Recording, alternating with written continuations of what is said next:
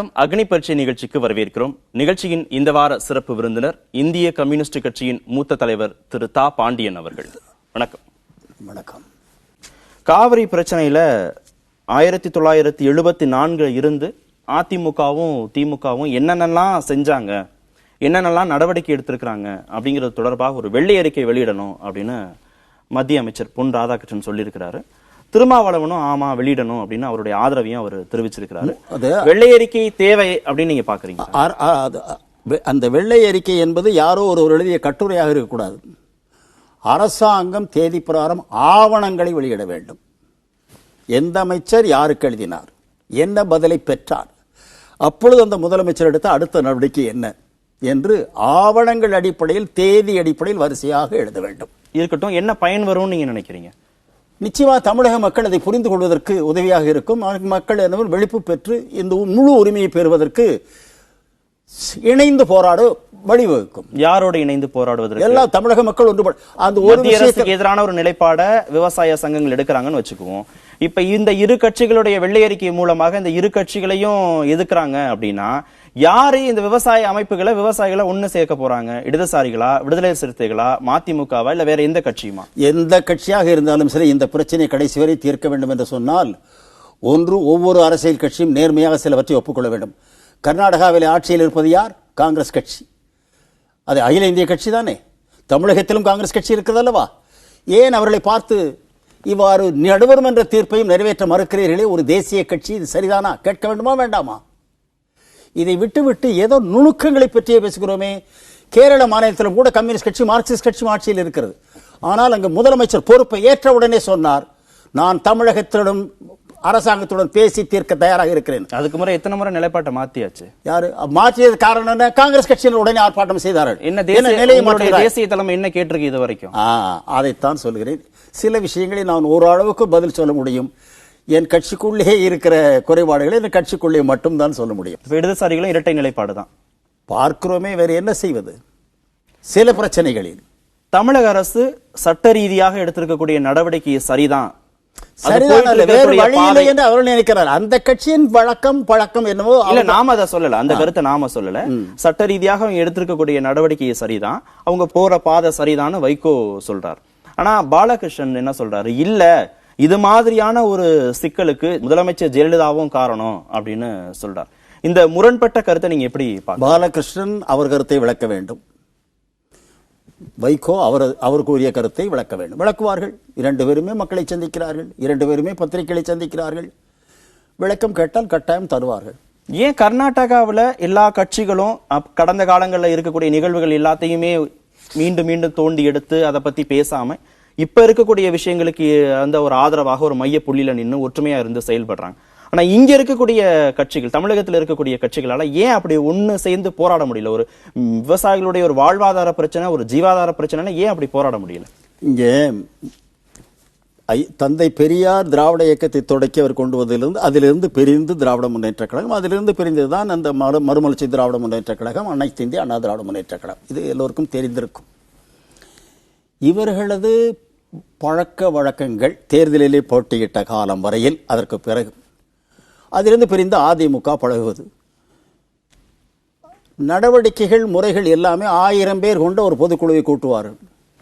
ரெண்டு கட்சியுமே சொல்கிறேன், 1000 பேர் அந்த பொதுக்குழுவிலே கூடுவார்கள். இது மாநகரம், அங்கே பெரிய கல்யாண மண்டபத்தை வைத்து நீங்களும் அதை படங்கள் எல்லாம் காட்டுவீர்கள். மாலையிலே கடைசியிலே 5 மணிக்கு ஒரு தீர்மானம் போடுவார்கள். எல்லா அதிகாரங்களும் அது வேற ஏதோ கொடுக்காத மாதிரி அன்றைக்குத்தான் கொடுக்க போகுமாறு தலைவருக்கு வழங்கப்பட்ட உரிய நேரத்தில் உரிய பங்கை எடுப்பார்.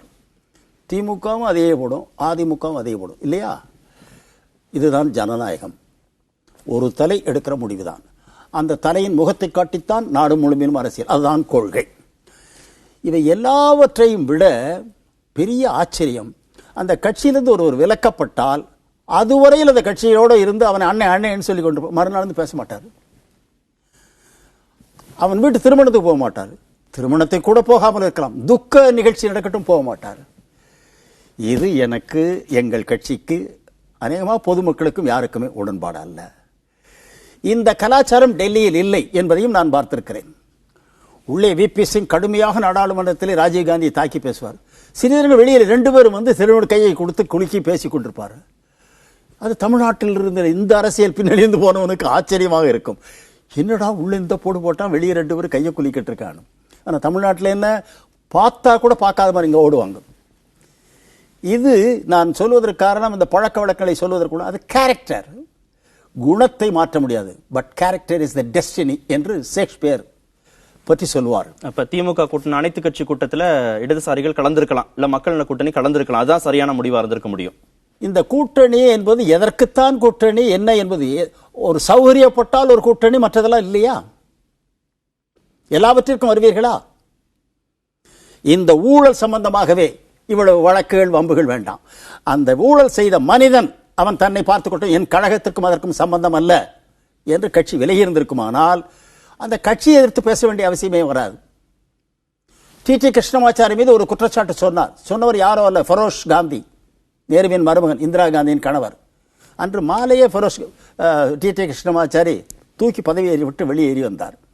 கட்சியிலிருந்து வெளியின அப்படி வெளியேறியவர்கள் காங்கிரஸ் வந்து நிறைய பேர் இருக்கிறார்கள். நம்ம வாழப்பாடு ராமமூர்த்தி வரை நிறைய பேர் வெளியேறி இருக்கிறார்கள். ஒரு நபர் வெளியேறி அந்த கழகத்தின் மீது அல்லது கட்சியின், ஏன்னா வாங்குகிறவர் ஒரு நபர் தான், கட்சி நம்பி அவரை மந்திரி ஆக்கியது, மந்திரியாக இருந்த பதவியை வைத்து அவருக்கு ஏதோ செய்து விடுகிறார். தவறு எல்லோரும் செய்வதில்லை, அந்த ஒரு ஆள் செய்கிறார். அந்த ஒருவருக்கும் கழகத்துக்கும் சம்பந்தமில்லை என்று சொல்லி இருந்தால் இந்த ஊழலை எதிர்ப்பதில் அவரும் பங்கெடுக்கிறார் என்று ஆயிருக்கும். மாறாக அவருக்கு தலித், அவர் மீது அழுத்து சொல்கிறீர்கள், அது பொய் என்று இவர் ஏதோ பார்த்தது மாதிரி சொல்ல தொடங்கியதுதான் கழகத்தையே விமர்சிக்க வேண்டி வந்தது. தேர்தல் கூட்டணிக்கு நீங்க சொல்ற வாதம் எடுபடும். ஒரு வாழ்வாதார பிரச்சனை, ஜீவாதார பிரச்சனைக்கு அவங்க கூட்டம் கூட்டுறாங்க. இதுல போய் சேர்ந்துக்கிறதுக்கு அவங்க அதிகாரத்தில் கேபினெட் மந்திரியாக இருந்த போதே நீங்கள் கேட்டுத்தானே லாக்காவுக்களை பெற்றீர்கள். இந்த லாக்கா தரவில்லை என்பதால் உடனே புறப்பட்டு வந்து விட்டார் அல்லவா? இதெல்லாம் மறைக்க மாட்டீர்களே. ஏன் நீர்வளத்துறையை கேட்கவில்லை? 2 மந்திரி சபைகளிலும் எவ்வளவு விமர்சனம் இருந்தாலும் இன்னைக்கு தமிழ்நாட்டோட எதிர்க்கட்சி அவங்க தானே. உங்களை நாங்கள் மக்கள் ஏத்திருக்கிறாங்க, இருக்கலாம், மக்கள் வாய்ப்பு கொடுத்திருக்காங்க. அப்ப ஆளும் கட்சி கூட்டல, ஆளும் அரசு கூட்டல, அடுத்த பொறுப்பு எதிர்க்கட்சிக்கு இருக்கு. எதிர்க்கட்சி கூட்டுறாங்க, அதுல கலந்துக்கிறதுல என்ன இருக்கு? தேர்தல் கூட்டணிக்கு நீங்க சொல்லக்கூடிய எல்லா காரணங்களையும் ஏத்துக்கலாம். ஒரு வாழ்வாதார பிரச்சனை, விவசாயிகளுடைய பிரச்சனை, அதுல என்ன? வாழ்வாதார பிரச்சனைக்கு வழிகாட்டுவதற்கு உங்களுக்கு தார்மீக உரிமை இல்லை அல்லது தலைமைக்கு தகுதி இல்லை என்று அவர்கள் நினைக்கிறார்கள். எனவே போகவில்லை. முதல்ல கூட்டணியில கலந்துக்கிட்டீங்க. 13ஆம் தேதி கூட்டின கூட்டத்துல விவசாய சங்கம், இடதுசாரி கட்சிகளுடைய விவசாய சங்கங்கள் கலந்துக்கிட்டீங்க. நான் விசாரித்த அளவிலே அந்த கூட்டம் கூட்டப்பட்டது என்பது 2 நாள் போராட்டம் நடத்துவதற்கு ஒத்துழைப்பு கேட்க, போராட்டம் நடத்துவதற்கு ஒத்துழைப்பு கொடுக்கலாம். டெல்லிக்கு நாம் அத்தனை பேர் சேர்ந்து போகலாம் என்பது அரசியல். எனவே அதிலே உடன்பாடு இல்லை. முதல் கூட்டம் நடந்ததும் அண்ணா அறிவாலயத்துல, 2வது கூட்டம் நடந்தது அண்ணா அறிவாலயத்துல.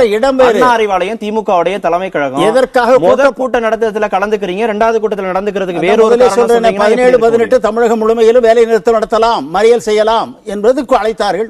ஆகட்டும் போகலாம் என்று போயிருக்கிறார்கள். மறியலில் ஈடுபட்டிருக்கிறார்கள். நேர மறியலுக்கு போயிருக்கலாமே, மறியலில் ஈடுபட்டார்கள், கலந்திருக்கலாமே. இப்பொழுது வெளியில இருந்து ஆதரவு சொல்லி இருக்கலாமே. ஏன் அண்ணா அறிவாலயத்தில் நடந்த கூட்டத்தில் கலந்துக்கிட்டு தான் இந்த ஆதரவு கொடுக்கணுமா என்ன? நீங்கள் கட்சியின் செயலாளராக இந்த வழியை சொல்லிக் கொடுங்கள். அந்த கட்சி என்னுடைய ஒரு 130 பேர் இருக்கார் அல்லவா, அவர்கள் கூடி எடுத்த முடிவு.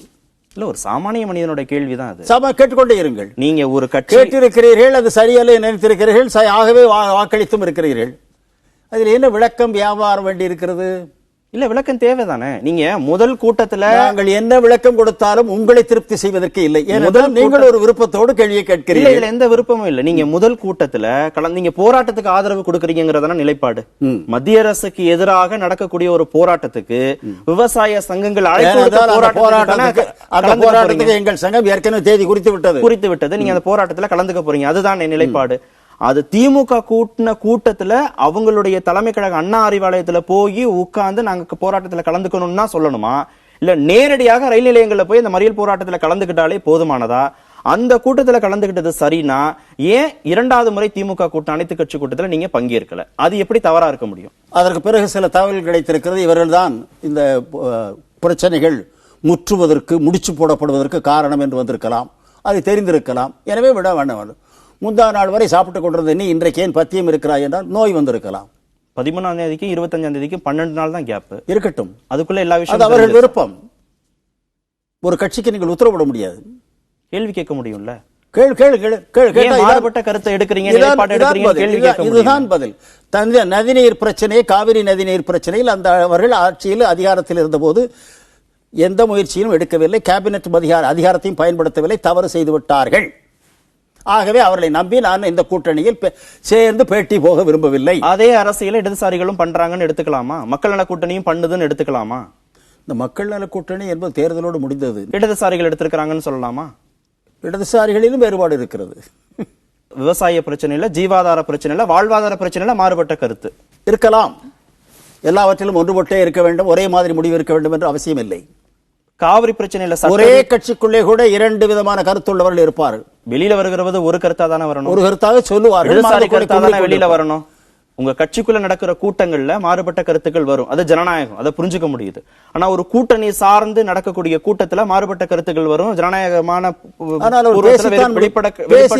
வெளிப்படுத்த முடியும். 4 பேரும் சேர்ந்துதான் பேசி முடிவெடுத்திருக்கிறார்கள். நீங்கள் பத்திரிகைகள் அத்தனையிலும் போட்டிருக்கிறீர்கள், அவரே பேட்டி கொடுத்திருக்கிறார், உங்கள் தொலைக்காட்சியிலும் காட்டினீர்கள். இப்பொழுது கேள்வி கேட்கிறீர்கள். இல்லையே, கூட்டத்தில் அழைத்தமைக்கு நெஞ்சார்ந்த நன்றின்னு சொல்றாரு திருமாவளவன்.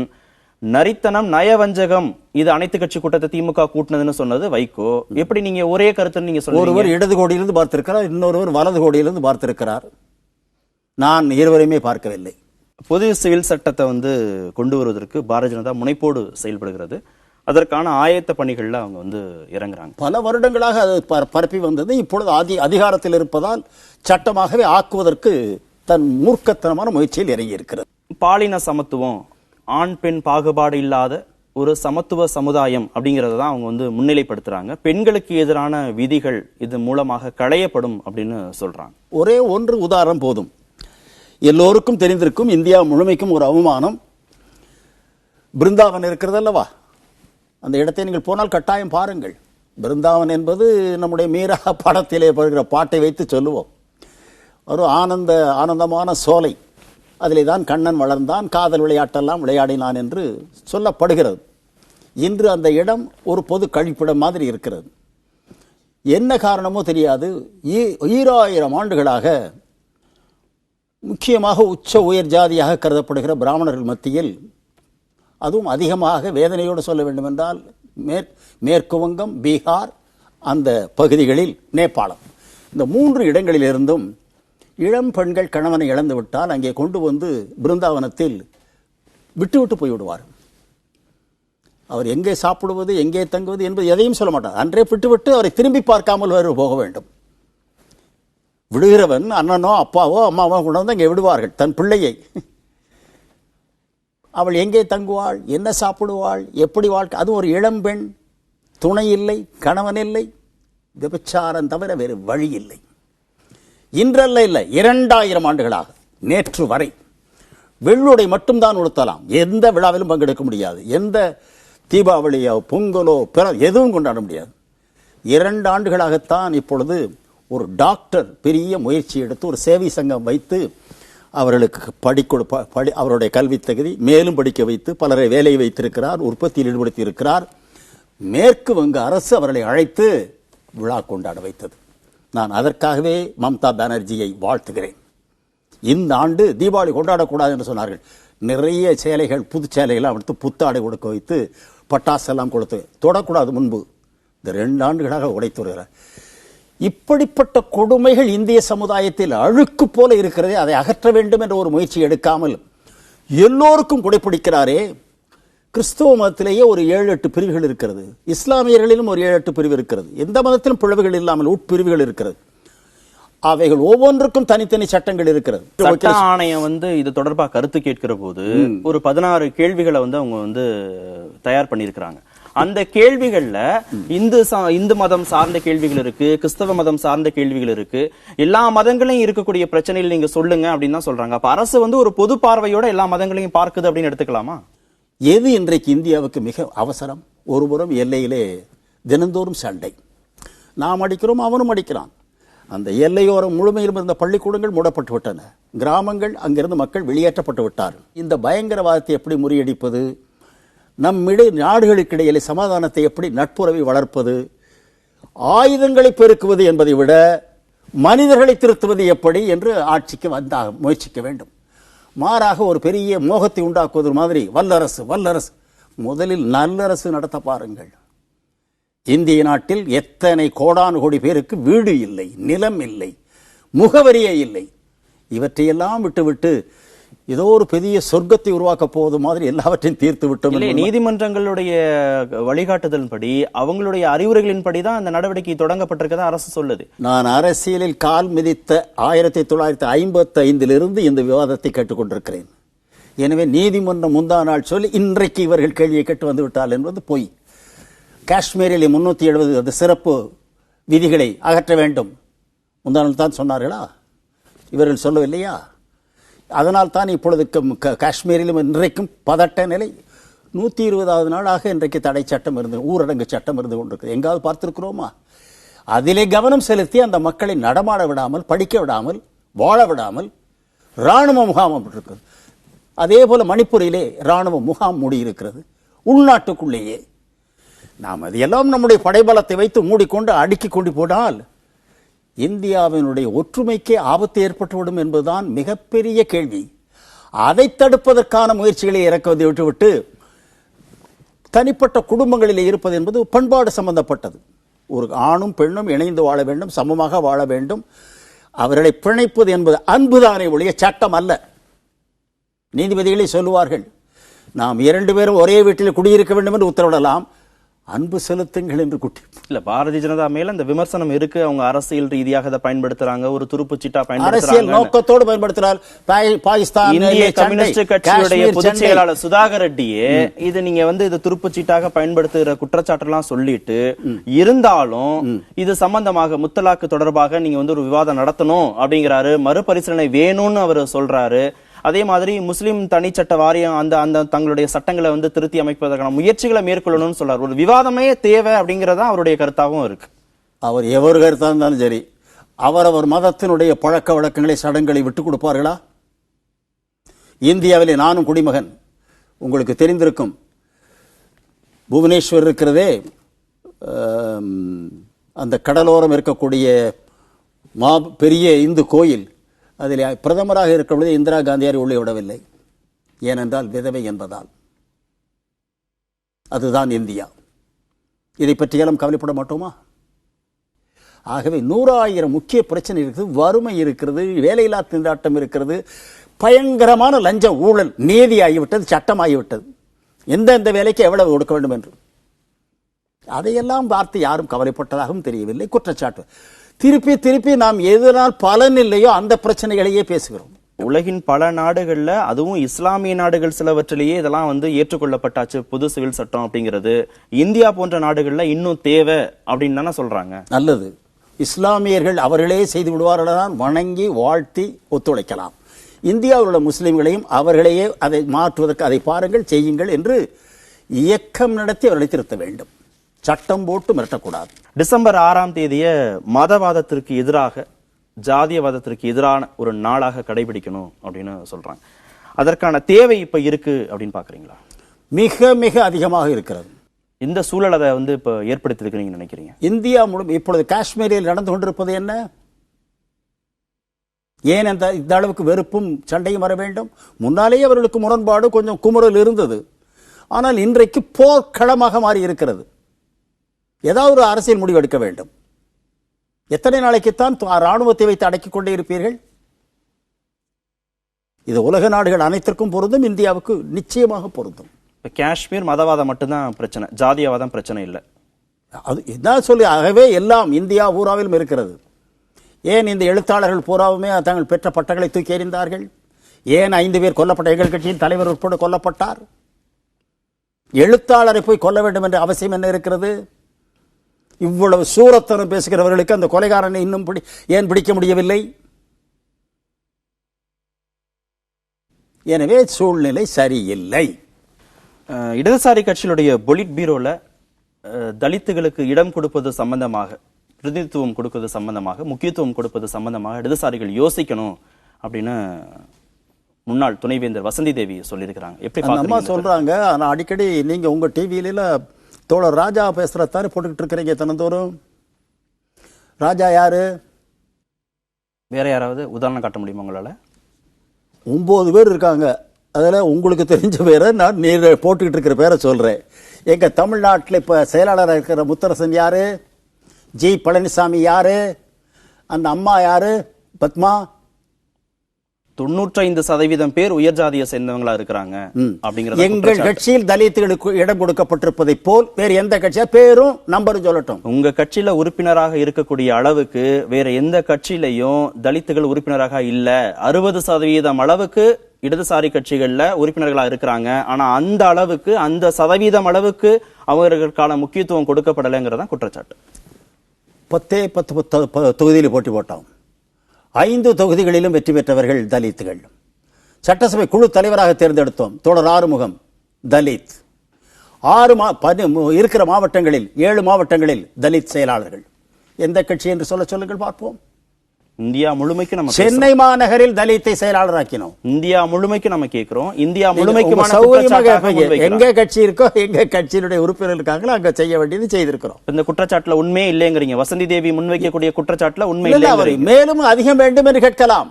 ஜாதிய அடிப்படையில் போடுவது அரசாங்க லாக்காக்களில் அல்லது தொழில்களில் மாத சம்பளத்திற்கு சரியாக இருக்கலாம். ஒரு இயக்கத்தில் ஈடுபடுவது என்பதை ஜாதி மத அடிப்படையில் பார்க்கக்கூடாது. ஆனால் அவர்களையும் ஒதுக்காமல் கொடுக்க வேண்டும். 3 தொகுதி தேர்தல் அறிவிக்கப்பட்ட பிறகு அதிமுக சார்பா கொடுக்கப்பட்ட அந்த தேர்தல் ஆணையம் சார்பான அந்த படிவத்துல முதலமைச்சருடைய கைரேகை இருந்தது அப்படின்னு சொல்லப்பட்டது. கடுமையான சர்ச்சைகளுக்கும் அந்த தகவல் உள்ளானது. நீங்க இதை எப்படி பாக்குறீங்க? ரேகை வைத்திருக்கிறார், கையெழுத்து போடவில்லை என்று ஹிந்து பத்திரிகையிலேயே இருக்கிறது. நாமினேஷனிலும் அந்த சமர்ப்பிக்கப்பட்ட அறிக்கையிலும் அவர் கையெழுத்து இல்லை, ரேகை தான் வைக்கப்பட்டிருக்கிறது என்று சொல்லியிருக்கிறார்கள். அதற்கு மறுநாளே டாக்டர் இந்து பத்திரிகையில் விளக்கம் கொடுத்திருக்கிறார். ஏதோ அவருக்கு கையிலே மருந்து ஏற்றப்படுவதாகவும், எனவே அது இல்லை என்று என் முன்னால் தான் அவர் இடது கை பெருவிரலை வைத்தார் என்று ஆத்தரைஸ் பண்ணியிருக்கிறார். இதுவரை தான் தெரியும்.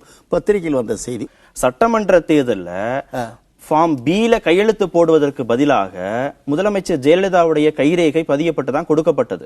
ஆனா கையெழுத்து போடணுங்கிறதான் விதி. ஆனா கைரேகை பதியப்பட்டிருக்கு. இந்த விஷயத்துல தேர்தல் ஆணையம் ரொம்ப அவசர கதியில செயல்பட்டு இருக்கிறாங்க, அதிமுகவுக்கு ஆதரவாக செயல்பட்டு இருக்காங்கிற ஒரு குற்றச்சாட்டை எதிர்க்கட்சியில் வைக்கிறாங்க. நீங்க அந்த குற்றச்சாட்டை எப்படி பாக்குறீங்க? சட்டப்படி தவறு என்றால் ரத்து செய்ய வேண்டும், அந்த நாமினேஷனை ரத்து பண்ண வேண்டும். நெல்லித்தோப்புல அதிமுகவுக்கு ஆதரவாக பாரதிய ஜனதா ஒரு நிலைப்பாடு எடுத்திருக்கு. நாங்க ஆதரவு கொடுக்கிறோம் அப்படின்னு சொல்றாங்க. அதிமுகவை நோக்கி பாரதிய ஜனதா நெருங்கி போறதா நீங்க பாக்குறீங்களா? நான் எப்படி பார்க்க முடியும்? அவர்கள் என்ன முடிவெடுப்பாலும் அவருக்கு அருகில் இருப்பவர்களுக்கே தெரியாது. அவர் அறிவித்தவர்தான் யாருக்குமே தெரியும். காவிரி விவகாரத்துல, ஜல்லிக்கட்டு விவகாரத்துல, உதவி திட்டத்துல, உணவு பாதுகாப்பு சட்டத்துல, நீட் தேர்வுல, எல்லா விஷயத்திலையும் மத்திய அரசுக்கு எதிரான நிலைப்பாட்டை இங்க ரொம்ப ஸ்ட்ராங்கா அதிமுக எடுக்கிறாங்க. பாரதிய ஜனதா மதுவிலக்கு சார்ந்த விஷயங்கள்ல கடுமையாக, சட்டம் ஒழுங்கு சார்ந்த விஷயங்கள்ல கடுமையாக தமிழக அரசை எதிர்க்குது. ஆனா புதுச்சேரி மாநிலத்துல அதிமுகவுக்கு ஆதரவான ஒரு நிலைப்பாட்டை பாரதிய ஜனதா எடுக்குது. இது நீங்க எப்படி பாக்குறீங்க? தமிழிசை சவுந்தரராஜன் உங்களை அடிக்கடி பார்க்கிறார், பேசுகிறார், கேளுங்கள். மாற்று அரசு என்று சொன்னீர்களே, இப்பொழுது அங்கே போய் ஆதரிக்கிறீர்களே, என்ன சமாச்சாரம் என்று கேளுங்கள். யாரிடமோ கேட்க வேண்டிய கேள்வியெல்லாம் வைத்து இப்பொழுது சர்வ கட்சிக்கும் என்னை பிரதிநிதியாக ஆக்கியிருக்கிறீர்கள், அதற்கு ரொம்ப நன்றி. ஒரு அரசியல் பார்வையாளரா, ஒரு மூத்த தலைவரா நீங்க எப்படி இதை பாக்குறீங்கன்னு அவர்கள் எடுக்கிற முடிவுக்கு அவர்கள் தான் பொறுப்பு. அவர்கள் என்ன நோக்கத்தோடு எடுத்தார்கள்? கட்சி இந்த முடிவை எடுத்துச்சு அப்படின்னு ஒரு கட்சி தலைவரா தமிழிசை கருத்து சொல்லுவாங்க. நீங்க ஒரு இடதுசாரி கட்சியுடைய மிக மூத்த தலைவரா இந்த நகர்வை நீங்க எப்படி பாக்குறீங்க? மூத்தவர்கள் எல்லோரும் தலைவர்களாக ஆகிவிடுவார்களா? அப்படி என்ன ப்ரமோஷன் இப்படி திடீரென்று கொடுக்கிறீர்கள்? ஏற்கனவே கட்சியுடைய மாநில செயலாளர் மிகப்பெரிய பொறுப்பில் இருந்திருக்கிறீங்க. காலம் முடிந்தது. கட்சி சார்ந்த எல்லா முடிவையும் எடுத்துக்கிறீங்க. காலம் முடிந்தது. இறங்கினேன், இறக்கப்பட்டிருக்கிறேன். நிச்சயமா ஒரு அரசியல் பார்வை இருக்குமே உங்களுக்கு. அதிமுகவுக்கு பிஜேபி ஆதரவு கொடுக்குது அப்படிங்கறதுல இது 2 நகருதா? இதுல இது எதை நோக்கி இது செலுத்தும்? இரு கட்சிகள் எதை நோக்கி உங்களுக்கு இருக்குமே. தொடக்கத்திலே உங்களுக்கு சொன்னேன், திராவிட முன்னேற்ற கழகம் அதிமுகவும் பாரதிய ஜனதா கட்சியுடன் கூட்டணி மந்திரி சபையிலே இருந்திருக்கிறார்கள். அவர்களுக்கு சௌகரியம் தேவை என்றால் எதையும் செய்வார்கள். தனி தலைவர்கள் எடுத்த முடிவுதான். அங்கே கலைஞர் சொன்னால் அது சட்டம், இங்கே அம்மா சொன்னால் சட்டம், அவ்வளவுதான். எம்ஜிஆருடைய 100ஆண்டு விழாவை கொண்டாடுவதற்கு RSS முடிவு செய்திருப்பதாக செய்திகள்லாம் வருகிறது. எம்ஜிஆர் இறுதி காலம் வரைக்கும் இந்துக்களுக்கு ஆதரவாக இருந்தார். அவருடைய வழிபாட்டு நம்பிக்கைகள் சார்ந்து நிறைய கருத்துக்கள் அவங்க சொல்றாங்க. அதனால அவருடைய 100ஆண்டு விழாவை கொண்டாடுவதற்கு RSS தயாராகி வருவதாக சொல்லப்படுகிறது. எப்படி பாக்குறீங்க? அது ரெண்டும் எனக்கு தெரியாது நீங்கள் சொல்வது. ஆனால் ஆர்எஸ்எஸ் அது மட்டுமல்ல, ராஜராஜ சோழனுக்கு ஒரு விழா நடத்தினார்கள், காமராஜருக்கு ஒரு விழா நடத்துவோம் என்றார்கள். இப்போ வரிசையாக சொல்லிக்கொண்டே இருக்கிறார்கள். அந்தந்த ஊருக்கு யார் யார் தலைவராக ஊர் மக்களுக்கு பிடிக்குமோ அவர்கள் எல்லாம் சொல்லுகிறார்கள். கோட்சேக்கும் இந்தியா பூராலும் சிலை வைப்போம் என்றார்கள். அதில் ஆச்சரியப்படுவதற்கே இல்லை. இந்து மகாசபையும் மனு தர்மமும் கொள்கைகள் வந்த போதிருந்தே புத்தரையே பகுத்தறிவோடு ஒரு சங்கம் அமைக்க தொடங்கியவரையே அவதாரமாக்கி முடித்தார்கள் அல்லவா? 10 அவதாரங்களோடு 11வது அவதாரம் என்றாக்கி விட்டார். அதை கொல்வதற்கு வேறு வழி இல்லை. ஆனால் அவர் அமைத்த அமைப்புகள் அத்தனையும் நலந்தா பல்கலைக்கழகமுடன் இடித்து தகர்த்தவர்கள். எனவே அவர்கள் எதுவும் செய்வார்கள். இத்தனையும் எதிர்த்து இதற்கு மூல காரணம் தெரிந்தும் ராம்விலாஸ் பாஸ்வான் போன்றவர்கள், மாயாவதி போன்றவர்கள் உடன்பாடும் வைத்து தேர்தலும் வைப்பார். இவை அனைத்தையும் பார்த்து எச்சரிக்கையோடு தான் இந்தியாவில் அரசியல் நடத்த வேண்டும். மக்கள் நல கூட்டணி பிளவை நோக்கி போயிட்டு இருக்கா? அந்த கூட்டணியில் இருக்கக்கூடிய கட்சிகள் அவர்கள் தெரிவிக்கக்கூடிய கருத்துக்கள் அதெல்லாம் ரொம்ப முரண்பாடாக பகிரங்கமா வெளியே வந்துட்டே இருக்கு. தான் தெரிகிறது அனைவருக்கும். இதற்கு புதிய விளக்கம் தேவையில்லை. அவரவர் விளக்கம் கொடுத்து போய்கொண்டே இருக்கிறார்கள். எப்படி பார்க்குறீங்க? இதில் பார்க்க வேண்டிய அவசியமே இல்லை. தேர்தல் முடிந்து இன்னொரு ஆட்சி அமைந்து விட்டது. வலுவான ஒரு எதிர்க்கட்சியும் அமைந்திருக்கிறது. மற்றவர்களுக்கு சட்டமன்றத்திற்குள் இடம் இல்லை. அவர்கள் வெளியில் இருந்து மக்களை திரட்டி தாங்கள் கட்சிக்காக என்ன செய்ய வேண்டுமோ அவற்றை செய்ய வேண்டும். அது அவரவராகத்தான் செய்ய வேண்டும். அதிலே கூட்டணி இருக்க முடியாது. தனிப்பட்ட ஒவ்வொரு கட்சியும் அவங்கள பலப்படுத்திக்கிறதுக்காக செய்யணும், அதை தான் செய்யறாங்க அப்படிங்கிறீங்க? கட்டாயம் அதுதான் ஒரு கடமை. பிறகு எல்லோருக்கும் சேர்த்து என்ன பொது உரிமை, பொது விதி இருக்கிறது. பொது இந்த 2 கட்சிகளுக்கான மாற்று அப்படின்னு சொல்லி அவங்க ஆரம்பிச்ச கூட்டணியையோ தேர்தலில் மக்களே முடிவு தீர்ப்பு கோரிவிட்டார்கள். தெளிவான தீர்ப்பு கோரிவிட்டார்கள். எனவே அது அந்த 2 கட்சியும் தான் உட்கார வைத்திருக்கிறார். ஒன்று ஆளும் கட்சி, ஒன்று எதிர்கட்சி. இப்ப சட்டமன்ற தேர்தல் முடிவுக்கு பிறகு இந்த கட்சிகளுடைய கூட்டணியுடைய அந்த போக்கு மாற ஆரம்பிச்சிருச்சு அப்படிங்கிறீங்க? சில நாட்களுக்குள்ளாகவே தமிழ் மாநில காங்கிரஸ் வந்தோம், நட்போடு பெறுகிறோம் அறிவித்துவிட்டுத்தான் போனார்கள் தெளிவாக. பிறகு விஜயகாந்த் அவருடைய குழுவை கலந்து பேசி சொல்வதாக சொன்னார், சொல்லிவிட்டார். நான் இதில் இல்லை, தனித்து போடுகிறேன். வைகோ விஜயகாந்த் தொடர்பாக ஒரு பேட்டியை சொல்லியிருக்கிறார். 2 விதமான செய்தித்தாள்கள்ல 2 விதமான கருத்துக்களை அவர் சொல்லியிருக்கார். ஒரு செய்தித்தாள்ல திமுக அழைத்தது நிறைய இடங்களை கொடுப்பதற்கான வாய்ப்பையும் விஜயகாந்துக்கு கொடுத்தது. ஆனா அதையெல்லாம் மறுத்துட்டு அவர் இங்க வந்தாரு. அதற்கு நன்றி தெரிவிக்கும் விதமாக முதலமைச்சர் வேட்பாளராக அவர் முன்னிறுத்தப்பட்டார் அப்படின்னு ஒரு கருத்தை சொல்றார். இன்னொரு ஆராய்தலுக்கு பேட்டி கொடுக்கிற போது விஜயகாந்தை முதலமைச்சர் வேட்பாளராக முன்னிறுத்தியது தவறு அப்படிங்கிற மாதிரியான ஒரு பேட்டியை கொடுக்கிறார். இது எப்படி இந்த மறு சிந்தனை, தேர்தலுக்கு பிறகான இந்த மறு சிந்தனையை நீங்க எப்படி பாக்குறீங்க? நான் பார்க்கவில்லை, அவர்தான் பார்க்க வேண்டும், சொன்னவர் தான் பார்க்க வேண்டும். எனக்கு தெரியாது. நான் விஜயகாந்தை அழைத்து முதலமைச்சர், இந்தியாவுக்கு பிரதமர் என்று என் ஆயுளில் சொன்னதில்லை, சொல்லவும் மாட்டேன். வைகோ ஒரு கருத்தை சொல்றாரு விஜயகாந்த். அவர் சொன்னால் அவர் தமிழகத்திலே தான் இருக்கிறார். அடிக்கடி பார்க்கிறேன், காலையும் மாலையும் பார்க்கிறேன். கேளுங்கள், என்னிடமிருந்து ஏன் கேட்கிறீர்கள்? அந்த கருத்துக்கு மாற்றாக இடதுசாரி கட்சியில் இருக்கக்கூடிய இன்னொரு முக்கிய தலைவர் பாலகிருஷ்ணன் வேறு விதமான ஒரு கருத்தை சொல்றாரு. இல்ல தெரியுது அல்லவா, பாலகிருஷ்ணன் சொல்லி இருக்கிறார். அவர் கருத்தை கேளுங்கள். நீங்க யார் கருத்தை ஏத்துக்க போறீங்க? என் கருத்தை தான் சொல்லுவேன். சரி, தாப்பாண்டியன் கருத்து என்ன? என் கருத்து இப்பொழுது இதை முடிந்து போனது. மக்கள் தீர்ப்பளித்து விட்டார்கள். இது ஒரு மறுசிந்தனை தானே. நடந்து விளக்கம் கொடுக்க வேண்டும். அதை அமைத்து அனைவரையும் முறியடித்து மாற்றாட்சி அமைப்போம் என்று சொன்னார் அல்லவா, அவர்கள் தான் பதில் சொல்ல வேண்டும். திமுகவோடு விஜயகாந்த் போயிருந்தா அங்க நிறைய இடம் கிடைச்சிருக்கும். திமுக ஆட்சிக்கு வந்து பாலகிருஷ்ணன் சொல்றார். போயிருந்தால் நிறைய இடம் யாருக்கு கிடைத்திருக்கும் என்பது அவர்களுக்கு தெரியும், எனக்கு தெரியாது. ஏன்னா நான் யாரிடம் எந்த வீட்டிலும் போய் கதவை தட்டி சீட்டு கேட்டதில்லை. தேர்தல் புறக்கணிப்பு தொடர்பா இடதுசாரி கட்சிகள் எடுத்த முடிவை நீங்க எப்படி பாக்குறீங்க? அன்று அனைவரும் புறக்கணித்தார்கள். முதலிலே திராவிட முன்னேற்ற கழக ஆட்சியின் போது நினைக்கிறேன் 5 தொகுதிகளில் உபதேர்தல் வந்தது, புறக்கணித்தார். எல்லோரும் புறக்கணித்தார்கள், ஒருவர் இருவர் அல்ல. பிறகு அதிமுக ஆட்சியிலும் அதே போல 4 தொகுதிகளில் வந்தது. அப்பொழுதும் அனைவரும் புறக்கணித்தார். நாங்கள் மட்டுமே போட்டி போட்டோம். முதல்ல 5 தொகுதியிலும் போட்டியிட்டோம். பிறகு 5லே 4 போட்டி போட்டோம். அடுத்ததிலே 4 போட்டோம். 5லும் ஜாமீன் தொகை போயிற்று, 4லும் ஜாமீன் தொகை போயிற்று. அதற்கு பிறகு ஆர்கே நகரிலும் போட்டியிட்டோம். உலகமே விலகிய போதும். இதற்கெல்லாம் என்ன காரணமோ முடிவெடுத்தவர்கள் தான் தேர்ந்தெடுக்க வேண்டும். முறியடிக்கக்கூடிய அளவுக்கு பலம் நமக்கு வந்திருக்கிறதா, இல்லை முறியடிப்பதன் மூலம் தமிழக அரசிலே இந்த மாற்றம் ஏதாவது ஆட்சி கவிழ்ந்து அல்லது புது ஆட்சி வருமா, இல்லை என்றால் ஒரு வெறும் பல பரீட்சை தான் கருத்து தெரிந்து கொள்ள என்றால் நிதானத்தோடு தான் முடிவெடுக்க வேண்டும். தேர்தலை புறக்கணிச்சதுக்கு பதிலாக ஒரு பொது வேட்பாளரை நிறுத்தி இருக்கலாம் அப்படின்னு சொல்றதை நீங்க எப்படி பாக்குறீங்க? இங்க இந்த 3 தொகுதிகள்லையும் இல்ல பாண்டிச்சேரியில கூட அது அங்க விடுதலை சிறுத்தைகள் வேறொரு விதமான ஒரு நிலைப்பாட்டை எடுத்த பிறகு தமிழகம் அப்படின்னு அளவுல பார்த்தா கூட 3 தொகுதிகளையும் தேர்தலை புறக்கணிக்காம ஒரு பொது வேட்பாளரை அந்த இரு கட்சிகளுக்கு மாற்றாக நிறுத்தி இருக்கலாம் அப்படிங்கறத நீங்க எப்படி பாக்குறீங்க? அந்த யோசனை யாரும் முன்வைத்ததாகவோ பரிசீலித்ததாகவோ தெரியவில்லை. செய்திருக்கலாம். இப்ப இந்த இரு கட்சிகளுக்கு மாற்றம் நம்ம சொல்லியாச்சு. ஆனா அந்த மீண்டும் சொல்லுகிறேன், அதை தெளிவாக சொல்லுகிறேன். இனி கோபுரத்தில் ஏறி நாடெறிய சொல்லுவேன். திராவிட இயக்கத்துக்கு மாற்று என்று கம்யூனிஸ்ட் கட்சி சொல்லக்கூடாது. குறைந்தபட்சம் நீங்க அந்த வேட்பாளர்கள் மீது குற்றச்சாட்டு சொன்னீங்க, அந்த கட்சிகள் மீதான நபர்களை தோற்கடிக்க வேண்டும். நாம் அவங்களுக்கான மாற்றுங்கிறதையாவது நம்ம சொல்லணும் இல்லையா? டெல்லிக்குள்ளதாங்க இந்தியா தமிழகம் இருக்கு, உலகத்துக்குள்ளதாங்க நம்ம இருக்கிறோம். நீங்க உங்க சௌகரியத்துக்கு வேணா பேசிக்கிட்டே இருக்கலாம். எங்களுக்கு முதல் எதிரி ஏகாதிபத்தியம், 2வது எதிரி வகுப்புவாதம், கார்ப்பரேட் நிர்வாகம். அதனுடைய முழு வடிவம் தான் டெல்லி. அது எல்லா மாநிலங்களும் முயற்சி பண்ணுது. இப்போ தமிழ்நாட்டில் முயற்சி பண்ணிக்கிட்டு இருக்கு. அது ஒண்ணு சும்மா இல்ல. இல்ல நீங்க எப்பயோ இருக்கக்கூடிய பிரச்சனையில தூரத்தை இருக்கக்கூடிய ஒரு பிரச்சனையை அணுகிறதுக்கு இல்ல சமீபத்துல இருக்கக்கூடிய ஒரு பிரச்சனை வேறுபாடு அப்படி நினைச்சுதான் ஹிட்லர் 2வது உலக யுத்தத்தை கொண்டு போய் நிறுத்தினாங்க. எங்களை வார்ன் பண்ணாங்க. அப்பவே 35 இருந்தே அவன் ஆரம்பிச்சான். கம்யூனிஸ்ட் கட்சி தலைவர்களை குத்தி கொலை பண்றதுக்கான படைகளை வச்சு. இது ஏதோ சாதாரணமா இருக்கு, அதான் அப்படி பாடுறா இப்படி பாடுறான்னு கடைசியில் ஆட்சிக்கு வந்து உலகத்திலேயே 5 கோடி மக்களை கொன்றான்.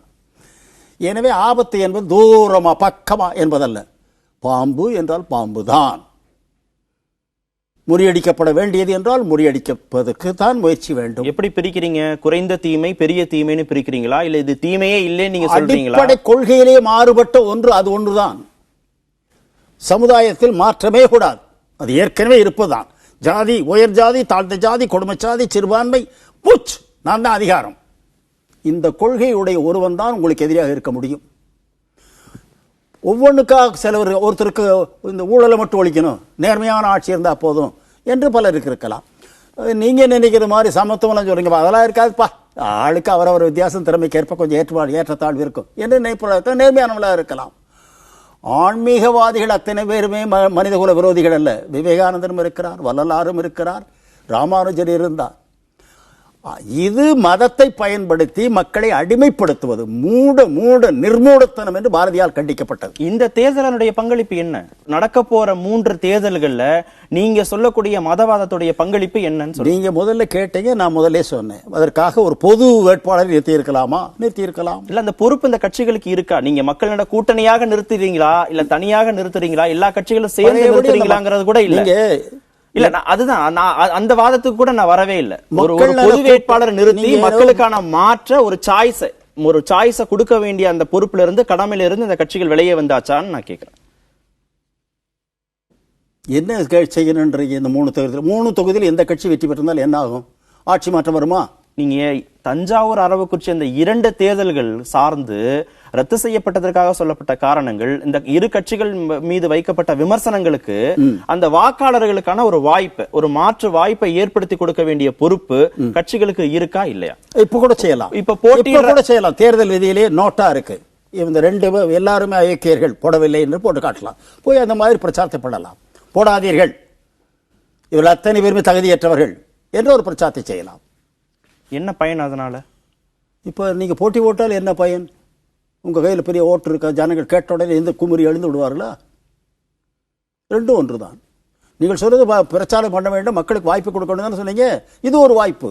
அப்ப இனிமே நோட்டாவுக்கு வாக்களிங்க அப்படின்னு மக்கள் நல கூட்டணி சார்பாக, ஏன்னா உங்களுக்கு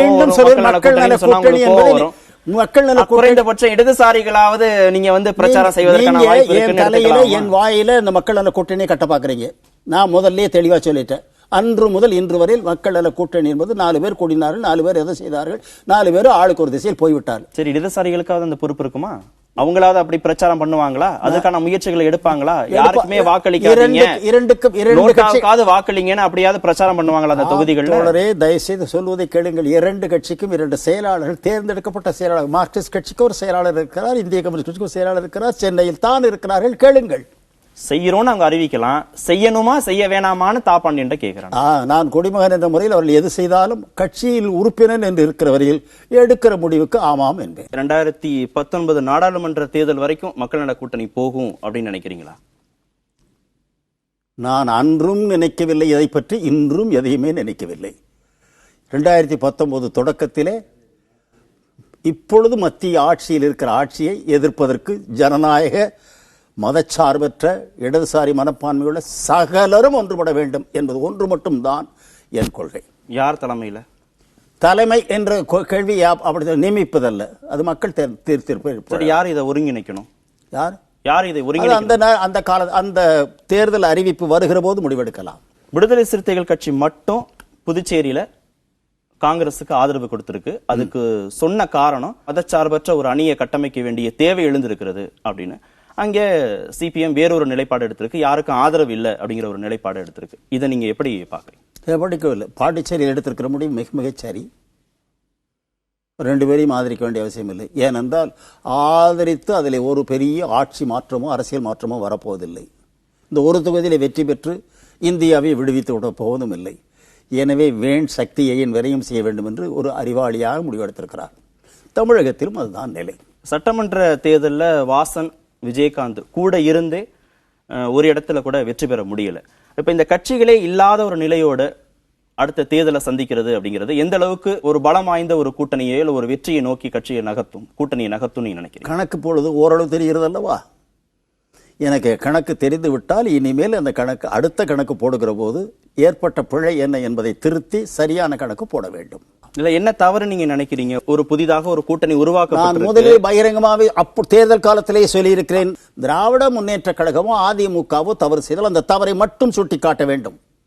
அந்த தவறு ஜனநாயகத்தை மறுக்கிற தவறாக இருக்கலாம், லஞ்ச ஊழலில் பிடிபட்டதாக இருக்கலாம். மாறாக திராவிட இயக்க அரசியலுக்கே மாற்று அரசியல் என்று சொன்னால் அது யார் சொல்வார்? பாரதிய ஜனதா கட்சி மட்டும்தான் சொல்லலாம். ஏனென்றால் அவர்கள் மனு கொள்கையை கடைபிடிக்கிறவர்கள். திராவிட இயக்கம் பெரியாரை பின்பற்றுகிறவர்கள். நான் பெரியாரை பின்பற்றுகிற கொள்கைக்கு சமூக சீர்திருத்தத்தை மாற்றத்தை விரும்புகிற நான் எவ்வாறு மாற்றாக மற முடியும்? என்னை மறந்து என் கொள்கையை மறந்து நான் பேசுகிறேன் என்ற அர்த்தம்.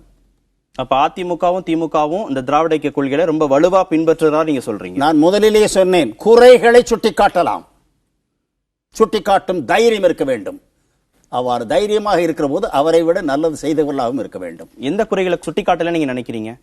இரு கட்சிகள் மீதான எந்த விமர்சனங்களை இந்த தலைவர்கள் வைக்கல நீங்க நினைக்கிறீங்க?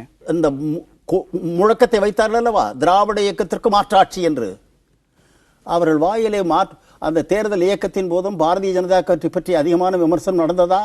ஏனென்றால் ஒரு வருடத்துக்கு முன்னாலே அதே மோடியை இந்தியாவின் பிரதமராக்க வேண்டும் என்பதற்கு மூச்சு விடாமல் பேசியவர்கள் இந்த அணியிலே வந்திருந்தார்கள்.